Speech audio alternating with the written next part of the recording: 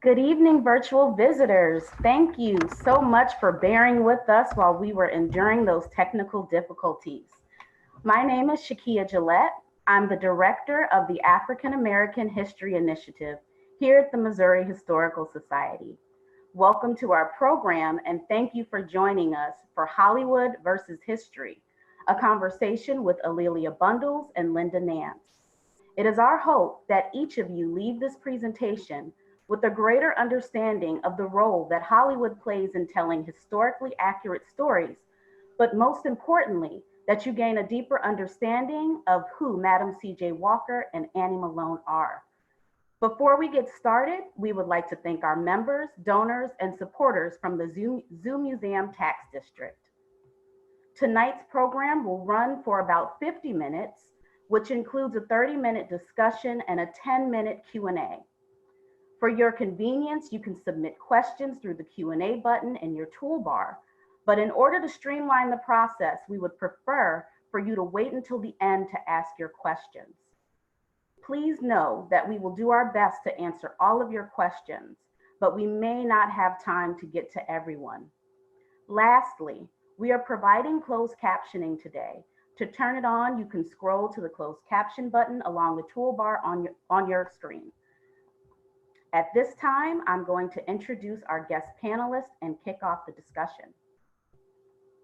Linda Nance is currently the founding president of the Annie Malone Historical Society. As the previous director of resources for the Annie Malone Children and Family Services Center, she annually coordinated activities involving 5 different fundraising events, opened 2 cafes, secured neighborhood assistance tax credits, and conducted a successful challenge grant campaign. She is a published author with articles, stories, and poems posted in the Harvest Moon, Love Gone By, the Missouri Historical Society Quarterly Magazine, and Sisters 19 magazine, and various newspapers. Linda is a longtime advocate for children and active community participant. She has served as a member of the Citizens for Missouri's Children, president of the Webster Groves Board of Education, member of the Missouri School Board Association, and is a proud member of the John E. and Regina S. Nance Memorial Scholarship Fund.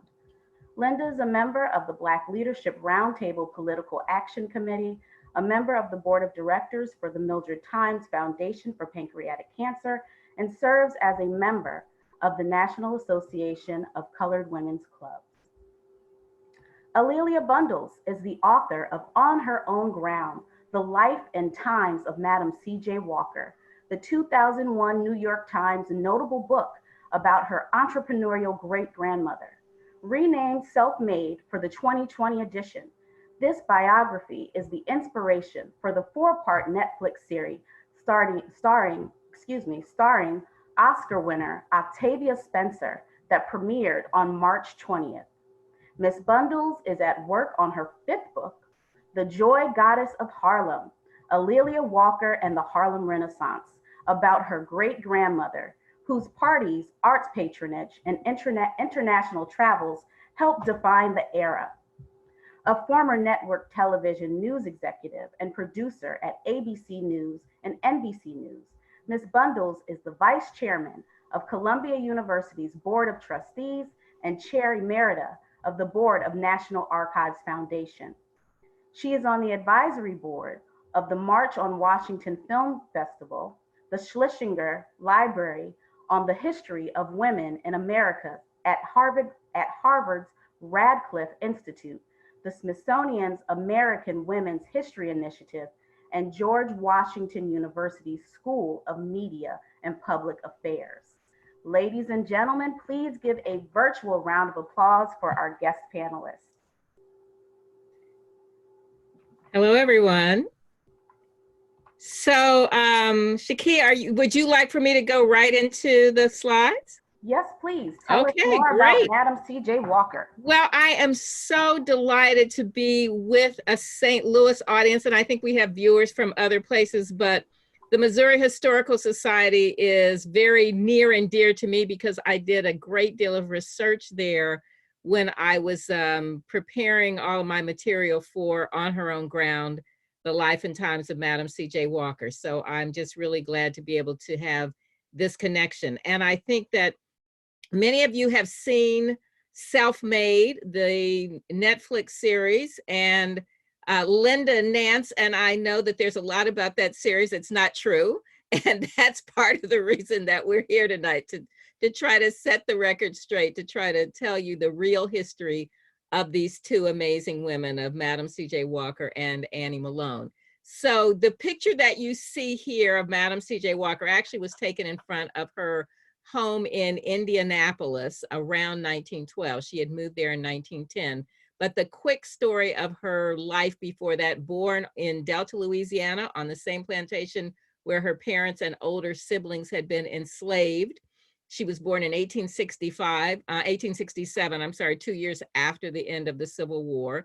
Orphaned at 7, married at 14, a mother at 17, a widow at 20. And she moved to St. Louis in the late 1880s, and she joined her brothers who had moved there as part of the Exodusters movement. So those of you who know your history, in 1879 and 1880, there was a big migration of African Americans from Louisiana and Mississippi on their way to Kansas for free land, but some of them stopped in St. Louis. And Sarah's brothers, Sarah Breedlove was her birth name, became barbers, and they were part of that generation of African American men who were starting businesses in St. Louis's Black neighborhood, and their barbershop was very near St. Paul African Methodist Episcopal Church. Sarah Breedlove, the poor washerwoman, was embraced by the women of the church, women like Jessie Batts Robinson, who later ran the Walker Beauty School, and whose husband, Christopher Robinson, was a publisher of one of the Black newspapers. So she was very much a part of the Black community in St. Louis, and really struggling. As many of you know, she learned something about hair care initially from her brothers, and then for about 1.5 years was a sales agent for Annie Malone. She moved from St. Louis to Denver and continued to sell Malone's products, learned something more about this formula that neither of them invented, that had been around long before Madam Walker or Annie Malone was born, from a pharmacist for whom she was a cook.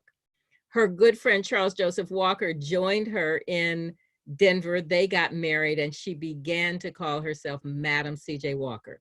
So you see in this picture, 1910, she moves to Indianapolis after a brief stay in Pittsburgh. And then we'll go to the next slide so that I can tell you everything in the next 3 minutes. And the next slide shows Madam Walker with Booker T. Washington at the dedication of the Indianapolis YMCA.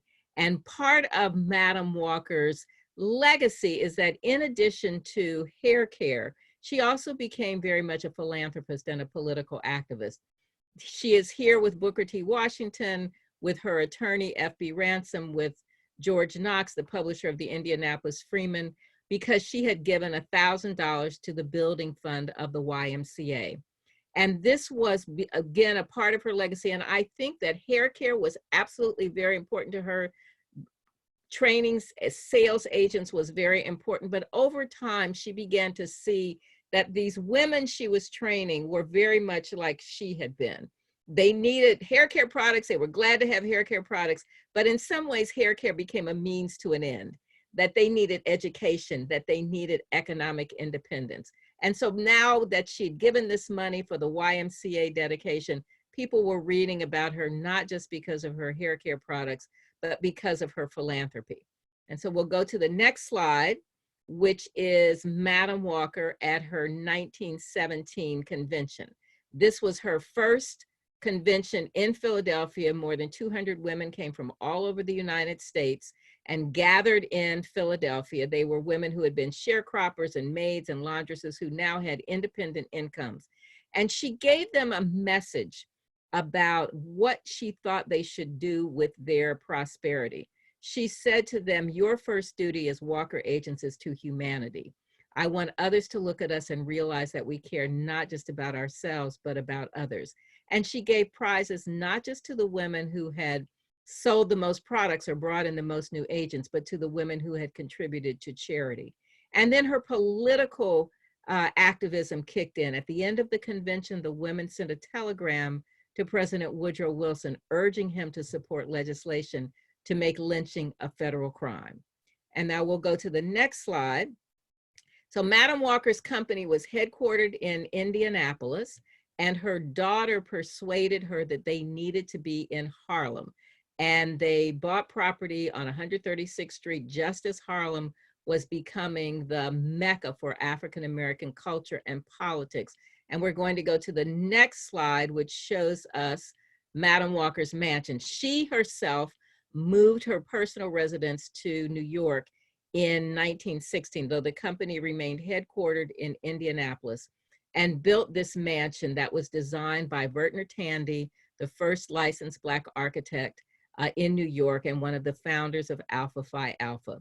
And she said she was doing it to show young Black children what was possible, just really one generation out of slavery. And there's so much more I can say about this, but I will just say that she hosted an amazing opening event. And this building this house in the wealthiest community in America, even though you saw in the Netflix series, it said she lived next door to John D. Rockefeller. She really didn't. It was his house was 5 miles away. But it was such an amazing move, a boss move in a way, for an African-American woman to build this house in this community, that it was written about in the New York Times Magazine in November of 1917. And then we'll go to the next one. Madam Walker died in May of 1919 at Villa Lewaro, and here is her daughter, Alelia, who is the first person on the left with the hat, with her executive team. One of Madam Walker's major important moves was that she surrounded herself with a really competent, really loyal group of employees, and that helped keep her legacy alive. And then we'll go to the last slide. And the last slide just is a reminder for me of the ways that we try to keep her legacy alive. We had a campaign that a lot of cosmetologists participated in for a Madam Walker stamp in 1998. There are 2 National Historic Landmarks, the house Villa Lewaro that you just saw in Irvington, New York, as well as the Madam Walker Legacy Center in Indianapolis. And then the Madam Walker products are still available, MCJW, manufactured by Sundial Brands at Sephora. And then finally, the thing that I think allows us to tell the story in such detail is that more than 50,000 Walker personal letters, records, annual reports, tax returns were saved and are at the Indiana Historical Society, where 40,000 of them have been digitized, and where an exhibit recreating Madam Walker's 1915 office opened in September. So I just wanted to give you an overview, and I hope I've stayed within my 5 minutes.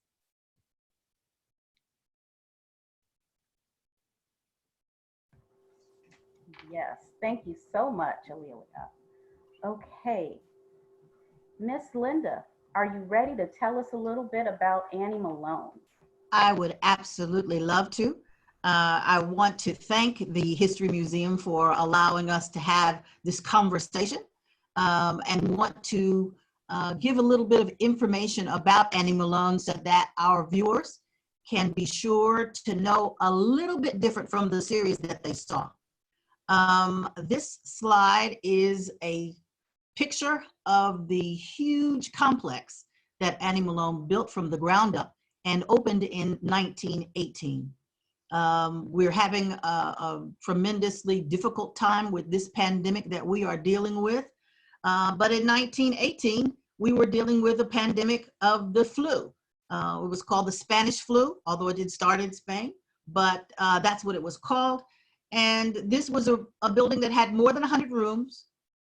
This was actually her 4th business expansion, because she was born in Metropolis, Illinois, grew up there because she was orphaned at an early age before she was 10, and lived with a sister and other relatives in Peoria, Illinois.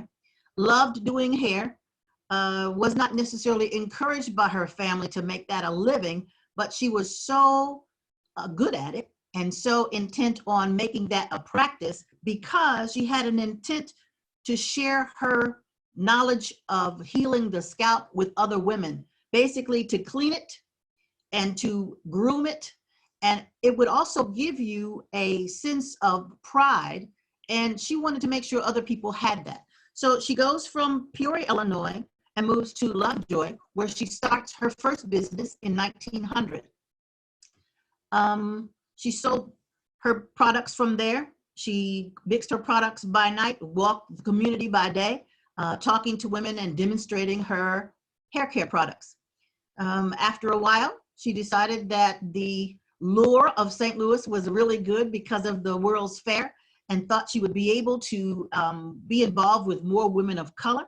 So she went to St. Louis to stretch her legs and find out how that was actually going to go for her. It turned out to be very successful. And she continued to be in St. Louis and hired other women to assist her because the business just kept coming.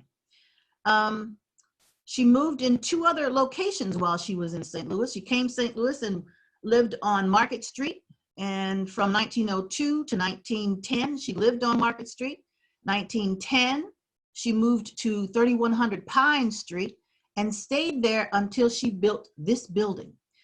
She was not really happy with the riotous situations that were going on in East St. Louis in 1917 and wanted to be of help and wanted to be able to show people of color the wonderful things that they were capable of. So she built a building that not only had her school and her manufacturing plant in it, but it also had space for the community to use for meetings, for plays, for cotillions, for dinners. She built it, and it was a grand location. It opened in November of 1918. Next slide, please. One of the things that she wanted to make sure of is that the young people that came to learn from her in her school, and by the way, she was credited with the concept of having multiple schools in multiple locations throughout the country and even eventually the world to train young women and young men in some cases about beauty and hair culture. And it was a pretty large complex. You see a smattering of the office that is there, but she employed about 125 people in her location. Some things say it was close to 200, but the big thing is that she trained those ladies from all over the United States coming to St. Louis. She had an opportunity then to employ people in jobs that they would not normally have an opportunity to experience. One of the allures of her hair care business was that they were able to, her poro agents were able to earn more than a domestic worker or a washerwoman of some sort. So it was a very enterprising question that she asked people when they wanted to come. I had the good fortune of having someone to share an application with me just Sunday from their grandmother who signed up to be an agent in 1916. And one of the questions, or some of the questions that they asked were basically to find out why it is you want to become a poro agent and understand that this is going to require you to uplift your attitude about yourself. Next slide. Annie Malone was one who tried to provide opportunities for all the folks that she dealt with. She was really above and beyond her calling in that she understood we were not welcome to the general society. So Annie Malone tried to provide every single thing that her workers and her agents needed, including transportation to and from, annual trainings that she provided to them on an annual basis. And not only did she provide that training annually, but she didn't require them to pay for room and board should they come back to the college and get that training on an annual basis, which when you have hundreds and thousands of agents, that's not a small thing to do. In that location, in that particular building, she had lots of different things available to people, and we'll see that in some of the slides going forward. Annie Malone provided a lot of help to the community as well, not just in employment, but in 1927, which was a very difficult year for her life-wise because of the divorce that she had. But in 1927, she helped the city of St. Louis because of a horrible tornado that happened. And she opened up the doors to Poor Road College and basically said, ask her agents to help provide as much assistance to them in terms of food and shelter and clothing that she possibly could.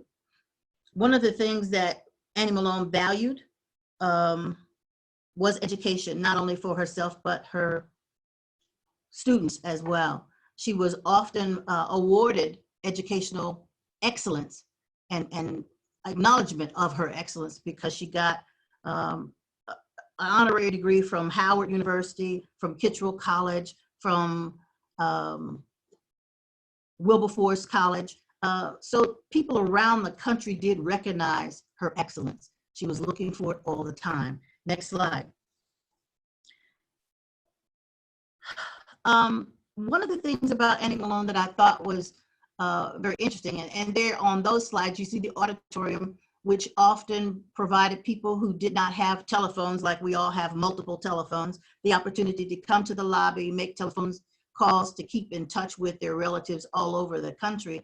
You see the large auditorium there that sat 800 people, and she was able to provide all sorts of cultural entertainment for people because we weren't welcome at the Kiel Auditorium. We weren't welcome at lots of places in St. Louis. Even when there were African-American entertainers, they couldn't necessarily attend those things because they were for the white people in our community.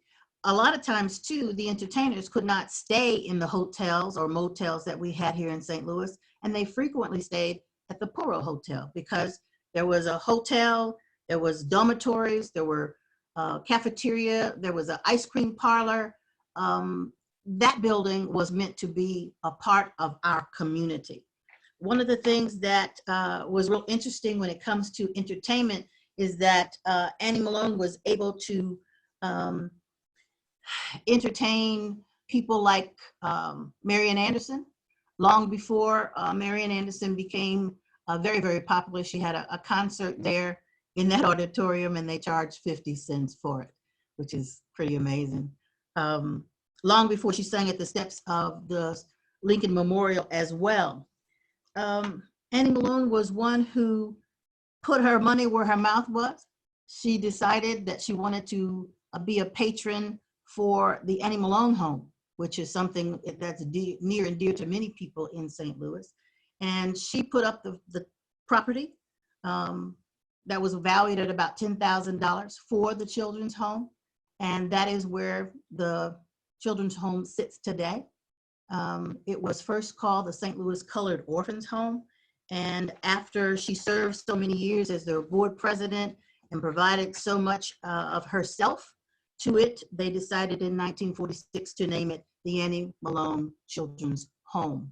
It is now the Annie Malone Children and Family Service Center because those services have expanded to what the needs of our community are. She was one who supported the YWCA, the YMCA.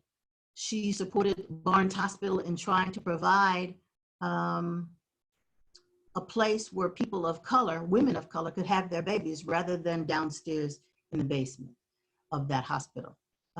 She was one who gave, because she was a servant leader. She believed in showing people that it was necessary to serve her community.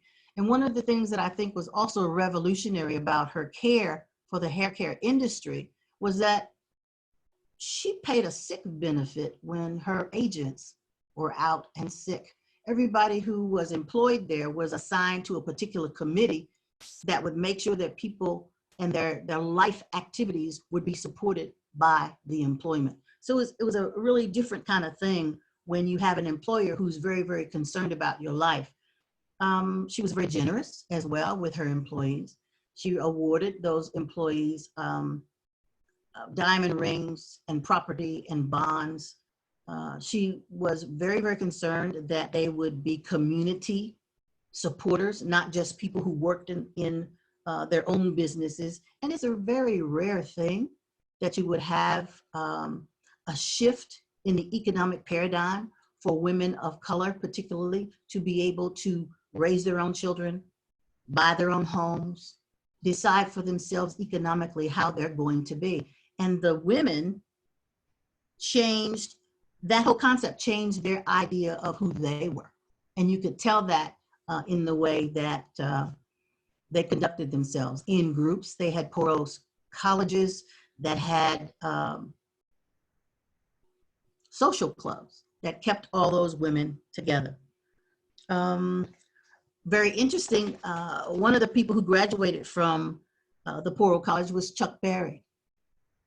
A lot of people think his hair was looking really good, and that's probably why he and two of his sisters attended that college.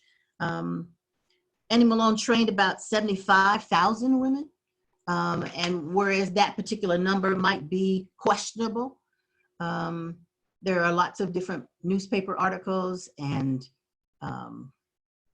living people who knew Annie Malone that I've been able to talk to during oral interviews. I've done a lot of reading of different newspaper articles from California to New York. And it's very interesting how the colored press really helped to move not just Annie Malone along, but lots of other women that they were able to train who did very, very well all across the country. She had colleges in at least 30 different states within the United States and supply stations in many more, because she wanted to make sure that her agents were able to access the things that she had. Last slide, I believe it is. This is the rooftop garden. There were many, many parties that took place there, graduations, receptions, weddings. It was a beautiful portion of the building. That building was a community building, and her desire was to make sure it was community. One of the other things that Annie Malone did that I thought was really interesting is she took movies all across the country of excellent things that African Americans were involved in. She insisted on showing them in churches or in social club meetings, in restaurants or cafeterias. She wanted people to know that there was excellence all around them, that we weren't stoppable, basically. If you dreamed it, you could do it. And that building that she created at that particular point was a testament to that kind of dream. She didn't just have a dream for herself. She was able to convince other women that they were capable of having their own dreams, and they were capable of supporting other women as they pursued their dreams. Annie Malone wasn't just pushing a brand, because it wasn't something that she named of herself. She was pushing standards for the industry of hair care and beauty culture. And that really made a large difference. She had some difficulty in her life. She stayed in St. Louis until 1930 and then moved to Chicago and bought 3 additional mansions beside the headquarters she already had in Chicago. So she had 4 mansions in a row in Chicago and started her business all over again. It did not reach or maintain the same greatness that she had here in St. Louis. There was a horrible fire that destroyed one of the buildings there, and eventually the others had to be torn down. She had some very difficult times with taxes, and some of the property that she had here in St. Louis had to be sold to satisfy some lawsuits that she was involved in and to settle an ugly divorce that she had with her husband, Aaron Malone. He ended up trying to get the state of Missouri to take the business into receivership. And Annie Malone fought that because he wanted to have half of the business. He felt that he deserved, I guess, but that did not happen. And Malone was one who just kept her options open, available, and before her at all times. And she shared that with the people who were in her study, who were in her college. I think the other thing I want people to know about Annie Malone was that she was the lady who looked at a lot of different things While she was in Chicago, for example, there was a horrible collapse of a airport that was built by African Americans, Colonel John C. Robinson and several other aviators. And when that happened, Annie Malone said, move your ground school to my carriage house. It shouldn't stop you from training all those wonderful African American men that you have and women that you have trying to break into a totally different area of interest. She was constantly involved in moving people in positive directions. She was a very positive woman, very spiritual woman, very much unlike the character in our miniseries. She was a kind woman, a very spiritual woman. And if anything, I would want people to know that she focused on that till the day she died. I was able to talk with several of her family members, great nephews and nieces of hers, and each of them talk about how gracious she was, how endearing she was, because she was so very positive. There was one thing that I thought was endearing about her life in Chicago. I don't know how many people know about the name Thomas Dorsey, but even though they might not know that name as the father of gospel, they surely know the gospel hymn that he was able to pen at the piano of Annie Malone in Chicago. After a devastating loss of his wife and first son, he sat down in much grief and penned the song, Precious Lord, Take My Hand. And I'm sure that a good portion of this community knows about that particular song. Last slide is showing Annie Malone with her interest in music, which she shared so often here in St. Louis. And it shows there the Annie Malone home as it stands today. That's testament to her philanthropy, because she was involved with that and the parade until the day she died. And it shows her desire to spirit music as far as she possibly could in our community. She was a great lady who provided lots of instruction. And even though there's a large push to determine who was the first to capture or grasp the whole concept of being a millionaire, I know one thing about both of those ladies. They did their very best to promote the best in a number of women. And that's the important thing that I think we should carry away when we look at both of these women. Regardless of who was first or how they were first, you have to take that piece of history and make it something that you understand very, very clearly, not necessarily the twists and turns to the truth. Annie Malone, if there was not Annie Malone, more than likely there would not have been Madam C.J. Walker. Something we'll never know for sure, but I know that Annie Malone was a person who was a pioneer in the hair care business. And a lot of times I say that she was blazing the trail because she was out there cutting down trees and picking up rocks and making a way for lots of other women in this country and around the world to do that. Thank you, Miss Linda. Okay, so I hope our audience has a good grasp on who both Madam C.J. Walker and Annie Malone, who they truly are. So we are going to now pivot and talk just a little bit about the mini-series.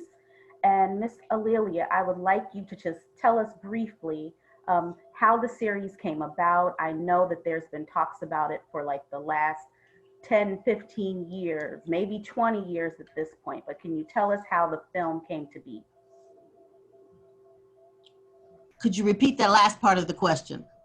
I just asked her if she could tell us how the miniseries came to be. I think the series itself, as the subtitle says, was inspired by my book, On Her Own Ground, The Life and Times of Madam C.J. Walker. And that is a book that was 20 years worth of research for me. I'm really fortunate, as I said, to have more than 50,000 documents of Madam Walker's life where we can really record what she was doing and really get into great detail. So that book was I'm fortunate it was a New York Times notable book and has been used by many scholars as the basis for understanding Madam Walker's life, and not just her life, but the times and the people that she knew, like Ida B. Wells Barnett and Booker T. Washington and W.B. Du Bois and others. But that book became the basis for the research. As many people know, when something goes from book to screen, there is often a lot of fictionalization. And while once my book was optioned, and there had been other options as early as 1982 when Alex Haley was interested in it, but once it was optioned this time, it was assigned to a writer and to showrunners, people who managed the day-to-day production. And the head writer had a really different view of what the story should be than I did. And when I first talked with her some years ago, 3 years ago, she told me her vision was to have a competition and rivalry between Madam Walker and Annie Malone. And in that conversation, I said, I don't really think that was the centerpiece of either of those women's lives. There was a rivalry that was real, but I would not make that the centerpiece of their lives. And she did not like what I said. And so she left me out of the conversation. So by the time I had seen the scripts, because I had script review, that had been approved by the studios as the centerpiece of the conversation. Now, I will say this, that it is really, I think, amazing that anytime something goes from book to screen, we have been working on this for a really long time. Octavia Spencer is, I think, fantastic in terms of embodying the courage, Madam Walker's courage and her tenacity and what it takes to build a business. But I think it's unfortunate that the scriptwriter decided that there would be this sort of catfight between two women and really change the name to Addie Monroe, but I don't think anybody's fooled. And it is nothing like the real Annie Malone. I am glad that we are seeing something about African Americans building businesses, but there were many, many other ways to tell the story of this triumphant pioneer of the modern hair care industry, philanthropist, and political activist. Okay, so keeping our conversation in that vein, I would like to go right to the crux of why we are here. Let's talk about Hollywood's responsibility to interpret history. I'd like to get both of your opinions on how you felt the miniseries could have pivoted, if there was another faction that could have been focused on within the film itself. So Ms. Linda, I'd like for you to just tell us, if any, what responsibility does Hollywood have in telling historically accurate stories? I think when it comes to history, you need to have a little bit more narrow guidelines for the cinema, because telling stories and making money is really important to them. I understand that.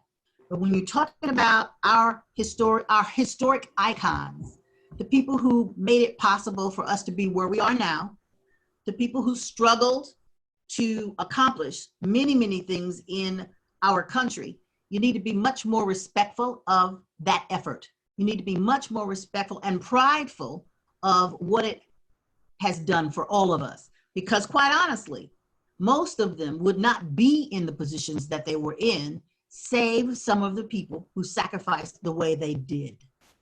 So when you talk about what is factual, I think there might need to be some other kind of labeling, very similar to what kind of things went on when we were able to get the PG-13 and the PG and the R and the X, so that people will know what they're about to look at is fictionalized.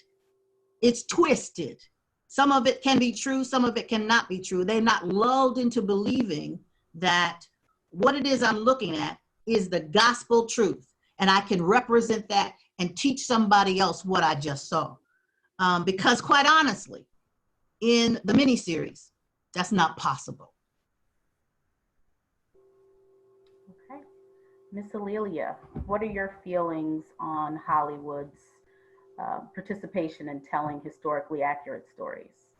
Well, there's a documentary, a nonfiction documentary. I think people are really unclear on their definitions sometimes. Documentary is nonfiction, films are fiction, novels are fiction, biographies are nonfiction. And so sometimes we don't learn these things in school, but there is a wonderful documentary, nonfiction, about Madam Walker called $2 and a Dream that was done by Stanley Nelson, who's a well-known documentary filmmaker whose grandfather was Madam Walker's attorney, F.B. Ransom, who actually appears as a character in the series. But that is factual. And as a journalist with 30 years of training, I believe in facts and I like facts. I do understand that when, I wrote a 293-page book with almost 100 pages of citations and endnotes because I like to document what I say. But I understood that my book was not going to be word for word every single fact. And I do understand that there are composite characters who are created, that time is conflated, that they can't do every single location, that they can't have everything. And so choices are made. And I think the truly talented writers who make choices are able to find some fidelity to the truth. And I think there is this sense among writers in Hollywood that they must hype things up. And the head writer, Nicole Asher, has said in interviews that she wanted to make this a more modern story. She wanted to appeal to a more modern audience. But I think from the response that many people had, she missed the mark on her goal. And there are many people who were just excited about it and who were inspired by it. Not the things that we're not comfortable with the two characters withstanding, that there was a lot to be inspired about if you didn't really know the details and you didn't know that Annie Malone was really a very successful entrepreneur. I know we can't put that aside, but other people didn't know that part. And so they were ready to, start their side hustles, reactivate their side hustles. They saw things that they had never seen with prosperous African Americans. But I do, I've actually just written a really lengthy piece about my experience with this process. And I do believe, as Linda does, that there is a responsibility. I'm a member of the Association of Black Women Historians, and they did a roundtable a week after the series where they talked about the responsibility. And one of the things that I'm very interested in is creating a more of a conversation between people that I know in Hollywood and people that I know who are historians and journalists who create this original content of our absolutely fascinating stories, and trying to have more collaboration so that we understand what are they up against in trying to bring something to the screen, and what are we hoping for in trying to have more fidelity. Understand people have to have flaws. They can't be perfect people. We don't want them to be saints, but I would much rather have seen Madam Walker's flaws, her real flaws, as opposed to these concocted ones. I have another comment about that, actually.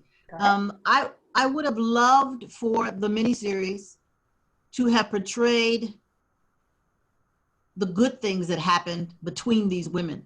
It was, when you look at their histories, they're so closely aligned. They almost look like anything you can do, I can do better, which is not a bad thing for competition. You get a whole lot of good stuff done because everything keeps going up. But that's not what the miniseries focused on. It would have been wonderful to come away from that with all those eyes looking at this material about these two entrepreneurial women who trained hundreds and thousands of people across this world, that they come away inspired that possibly they could do a similar thing. Possibly. Well, I don't know if you watched Babyface and Teddy Riley had a little competition, a little DJ competition. I watched that because I'm from Indianapolis and Babyface's older brother's my schoolmate from school. So he's my homeboy. But that was a very friendly competition. Like, you did this, I did this. And I think you're absolutely right. It is it is what we see with rappers. It is a tradition in the Black community with signifying. But to say, okay, you did this, or it's sports, you know, Michael Jordan is great, you know, and so is Magic Johnson. You know, what are it is, you're right, it is, how does the competition enhance everybody? And it leads me to ask this question, A'Lelia. For more than 4 decades, you have written about and lectured about Madam C.J. Walker, and you have insisted that because of your records, because of the copious records left behind, company records, personal records, family archives, that Madam C.J. Walker is the absolute first African-American female millionaire, and almost tried to erase the accomplishments of Annie Malone. And my question is, going forward, since we both know that neither one of those ladies were the very first African-American females that there were, is it necessary to have a moniker for which one was the first and acknowledge that both of those ladies accomplished some wonderful things? Well, you know, I'm not sure that forward? you've read the things that I've written, because that's not what I say. Okay. Because what I say is that what I can say, because we do have the records, is that I can document that when Madam Walker died in 1919, she was a millionaire.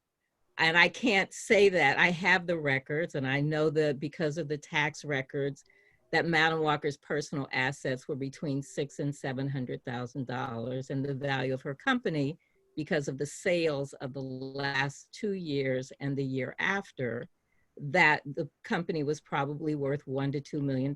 That's what I say. But I also say, and I have not tried to erase Annie Malone. In fact, in On Her Own Ground, I did a lot of research that no one else had done in the 1990s. I found original source, primary source material that I included. I could have left her out of that book and nobody would have known, but I intentionally included material that I found about her. And I think there are Malone scholars who credit the research that I've done. The other thing that I say is that I don't really care who the first one is. All I know is that I can document that Madam Walker was when she died. It is the Guinness Book of World Records who makes that. And what I care about with Madam Walker's life is what she did in terms of empowering other women. So if you read the blog article that I have, I say that I don't really care. I think it gets to be petty. That what I look at is what she did as a philanthropist and what she did as a political activist, and the fact that she created generational wealth, which is what both women did.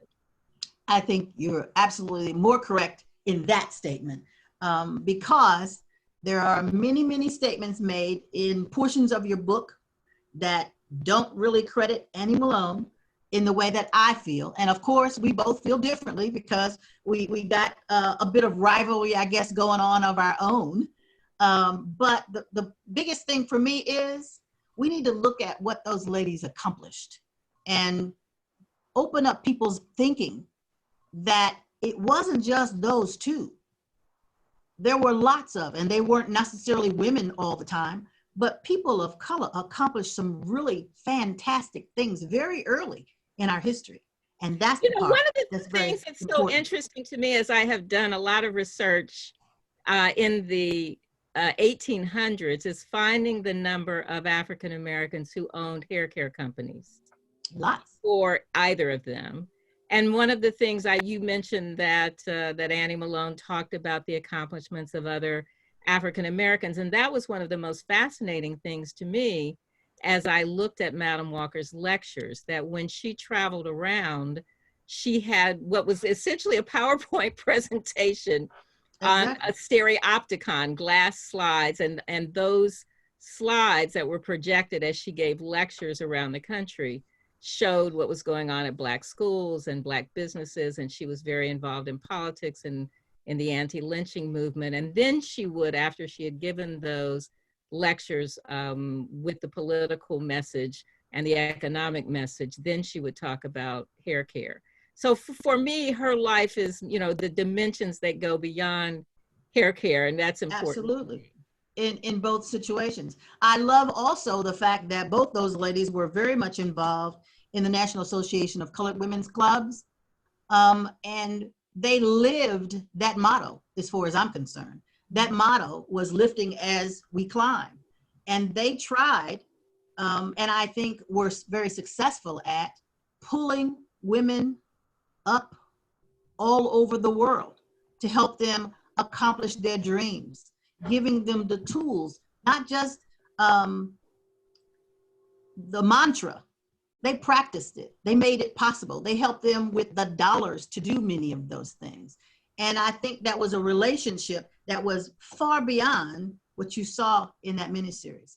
And not capturing that was a great disservice to both women, as far as I'm concerned. Yeah, I think that we all agree that there was a lot about the miniseries, about the Netflix series, that really did not tell the story. And that's, you know, that's something that Hollywood made a decision about that I really disagreed with, and I really raised it during the scripting process. I said when I saw this, and I will tell you that it is toned down from what it could have been. So you may, well, I know, but I'm telling you that it is, I objected to this from the very beginning.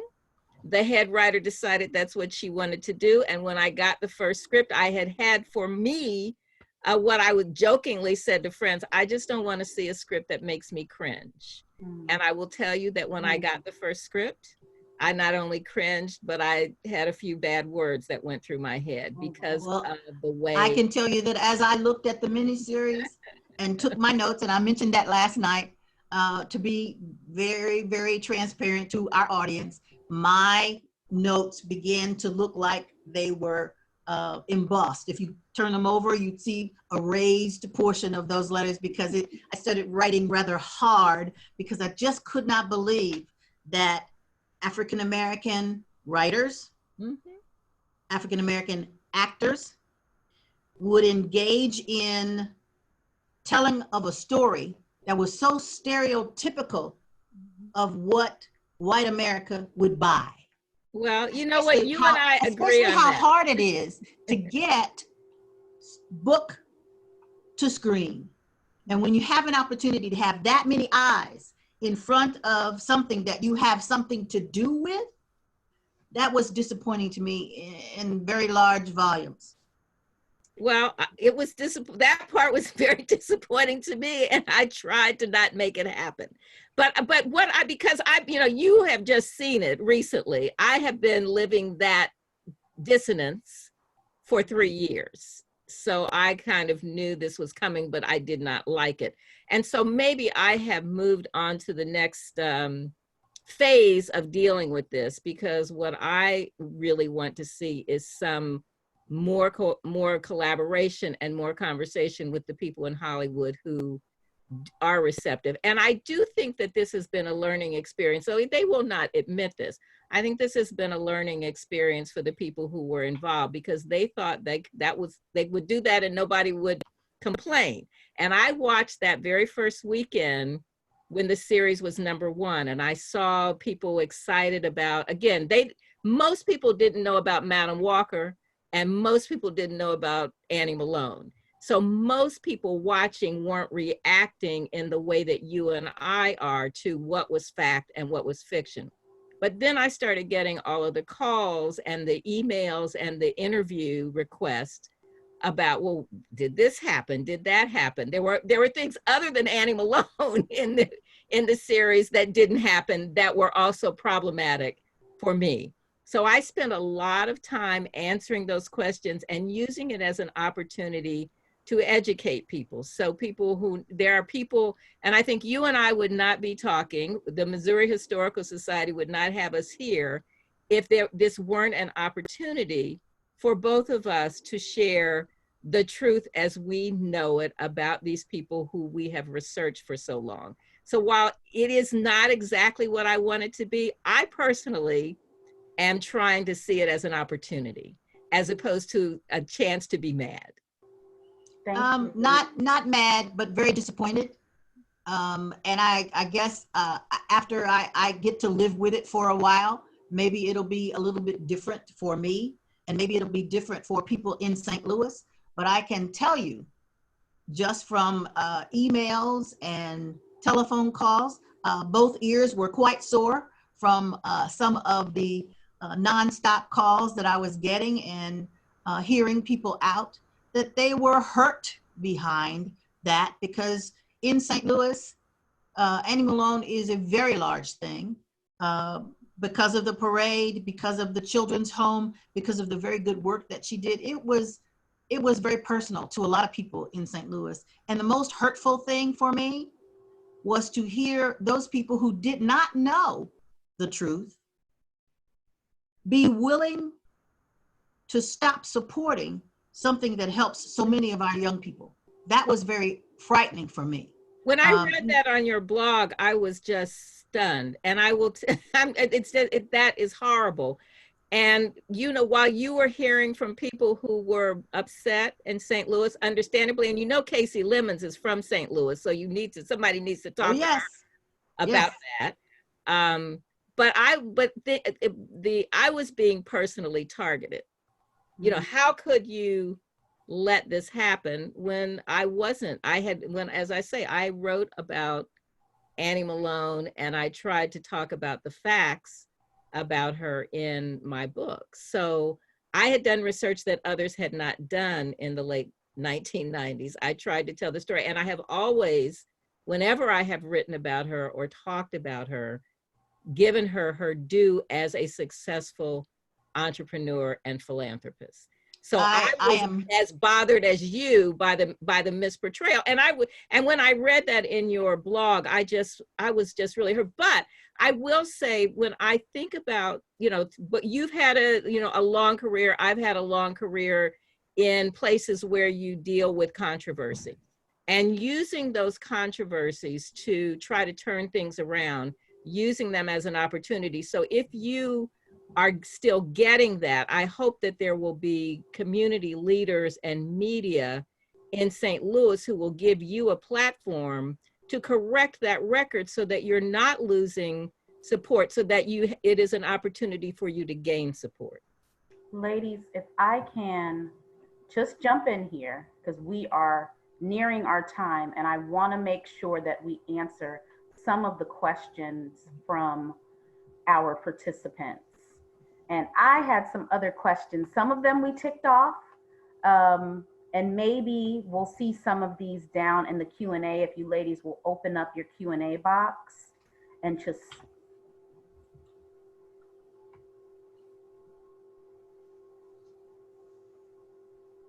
I see. What year did Madam Walker arrive in St. Louis?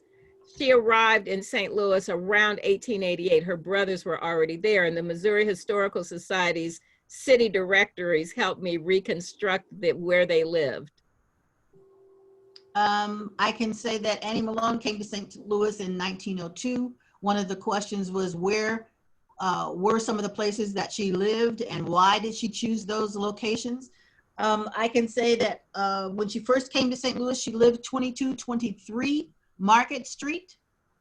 For people in St. Louis, that's around Cybergs and Union Station, in that area. Then she moved to 3100 Pine Street, which is further down, right in the middle of the downtown area. And then when she moved her building to the Ville was a very cosmopolitan kind of place, mostly because white America wouldn't allow them to live anywhere else. They didn't want them to purchase property anywhere. In fact, in 1916, there was a movement to try and make sure that people of color did not buy property anywhere in St. Louis. But the Supreme Court said you can't do that. And Annie Malone bought up all this property in the Ville.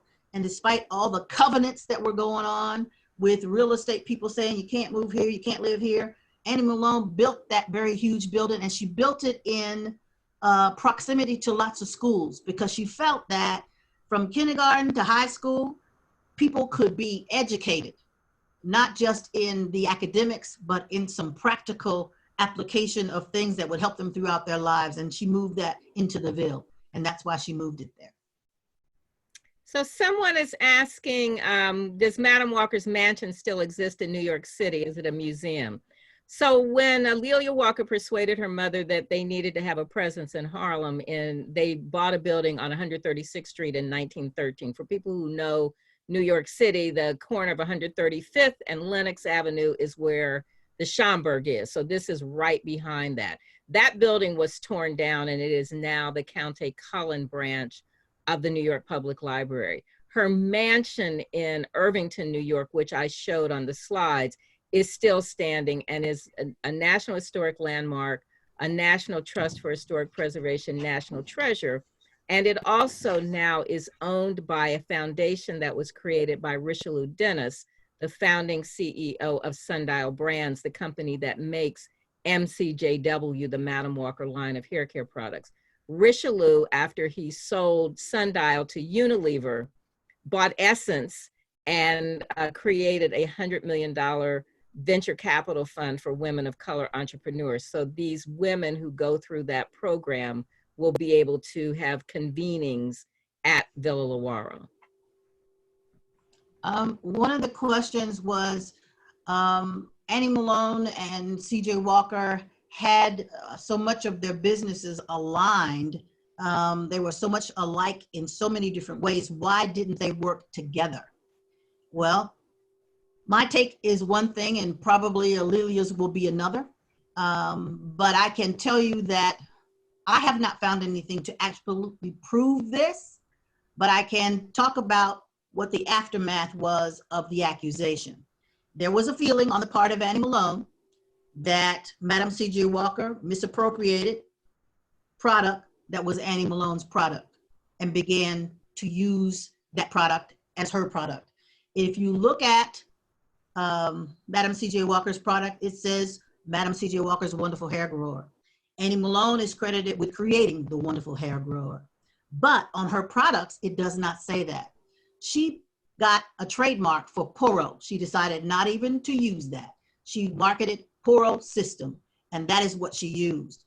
But because Annie Malone felt that way, it was pretty clear to me when she started advertising and telling the world to beware of imitators, Annie Malone felt that she did misappropriate. When she patented and got a copyright for a specific label to show that this was Annie Malone product, it says to me that Annie Malone did not feel comfortable with what that was between the two of them. And that to me is why they didn't work together more often. Alelia? You know, that there were products called Wonderful Hair Grower before Annie Malone's products. Absolutely. So there are ads that showed that. And they fell out about something. There are articles in the Denver newspaper where some of Madam Walker's customers are responding to some letters that Annie Malone had written. And so I don't know why they fell out. I don't know if they had a personality conflict, or I don't know. And I don't know that we'll ever know, but for whatever reason, Madam Walker decided she was going to go on her own. And she did. So now there's another question here. During a conference, Madam Walker was speaking at a conference, I believe the National Negro Business League, and Annie Malone got up and walked out during Madam Walker's speech. So that didn't happen in real life. That is something that was very much a part of the series. So what I know from reading the transcripts of the 1910, 1911, 1912, 13, 14, and 15 conventions of the National Negro Business League is that Madam Walker wanted to make a speech in 1912 and asked for permission, and she got, and a friend of hers requested permission. Booker T. Washington ignored her, and I write about this in my book, where on the third and final day, she stood up after it was clear she wasn't going to be given an opportunity to speak, and she made a speech. Now, I see Linda frowning, so I'm not quite sure. I don't have, from reading the transcripts, I don't see anything, and the transcripts wouldn't indicate this, that Annie Malone got up and walked, I mean, that she got up and walked out of the conference while Madam Walker was speaking. I don't think that would be reflected in the transcripts, because the actual transcripts just really show the speeches. And you can see there's some years when Annie Malone and Erin Malone are at the conferences and listed as delegates, And there's some years when Madam Walker is at the conference and listed as a delegate, and they're not always there the same years. Ladies, we have That's time true. for one more question. I've read several. Shucks. I've got one that asks, I just knocked myself out, which is really interesting. I don't know how I did that. Well, I see one here. Where did Annie Malone expand her business in the world? She was in Africa. She was in Canada. She was in Haiti. She was in, the Philippines. She had many, many different places across the world that she was involved in. And I'm pretty sure that that's true of the United States as well. She traveled a lot to learn more about her craft. She traveled a lot to be able to teach her agents more and more all the time. And I think it was a good thing. There was another question about Aaron Malone and what he did. My last comment. Aaron Malone was a teacher and Bible salesman before he married Annie Malone. He was very political in the St. Louis area, and he was a bit of a scoundrel, and that is why they ended up divorcing. Annie Malone made him an officer in the organization, but he managed to alienate a lot of people by being somewhat of a ladies' man and being very disrespectful to Annie Malone, and that whole relationship ended. The cool thing too is that after Annie Malone left St. Louis, the St. Louis Poor Old College was used as the Lincoln Law School, and that was something that was very interesting to me.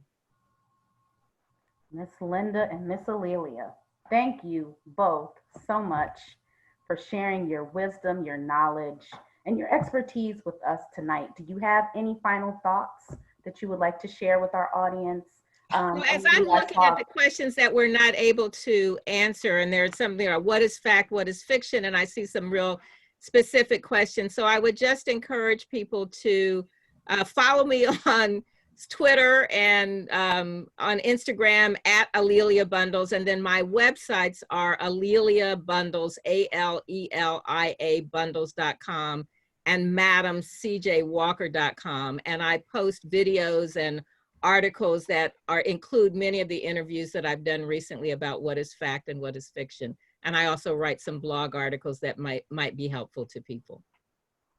As far as our website, we are www.AnnieMaloneHistoricalSociety.org. We are right in the middle of a fundraising campaign, which is Give STL Day /A Malone, and would love for people to support us because we're trying to move from a website only to a physical presence that could allow people to have an Annie Malone-like experience when they come into that space. And I truly believe in the power of collective economics. So when you have somebody who gives $1, $5, or $10, that's a lot, especially when you have a lot of people who believe in preserving that history, and that works. Collectively, I can do a lot more than what I can do by myself. And I think that the lectures that we do, the research that we do will be helped by people who believe in preserving that history and finding more facts, not just about Annie Malone, not just about Madam C.J. Walker, but about many other people, because there is so much of our history that is hidden from us, so much of our history that people aren't talking about. And I think it would do all of us much better to have a spirit like these two ladies had, and we would not have the need for Black Lives Matter. Well, thank you, ladies. I would like to invite all of our visitors to please click this link if you are interested in supporting us with the membership. We would really be grateful if you would support us in that way. We also have a brief survey that we would love for you to take. Please see all of that information listed right here on this last slide. And again, I would like to thank Miss Linda and Miss Alelia. Thank you so much for answering this call. We have been in talks for about a month now, and the day is finally here. And I just want to commend you both again for taking this time and talking with us about this very important topic. Thank you all Thank you for for having joining us. us. And I hope you go to our website and look for some more STL History Live programs and support us that way and continue to be a virtual visitor. Thank you so much. Thank you. Thank you.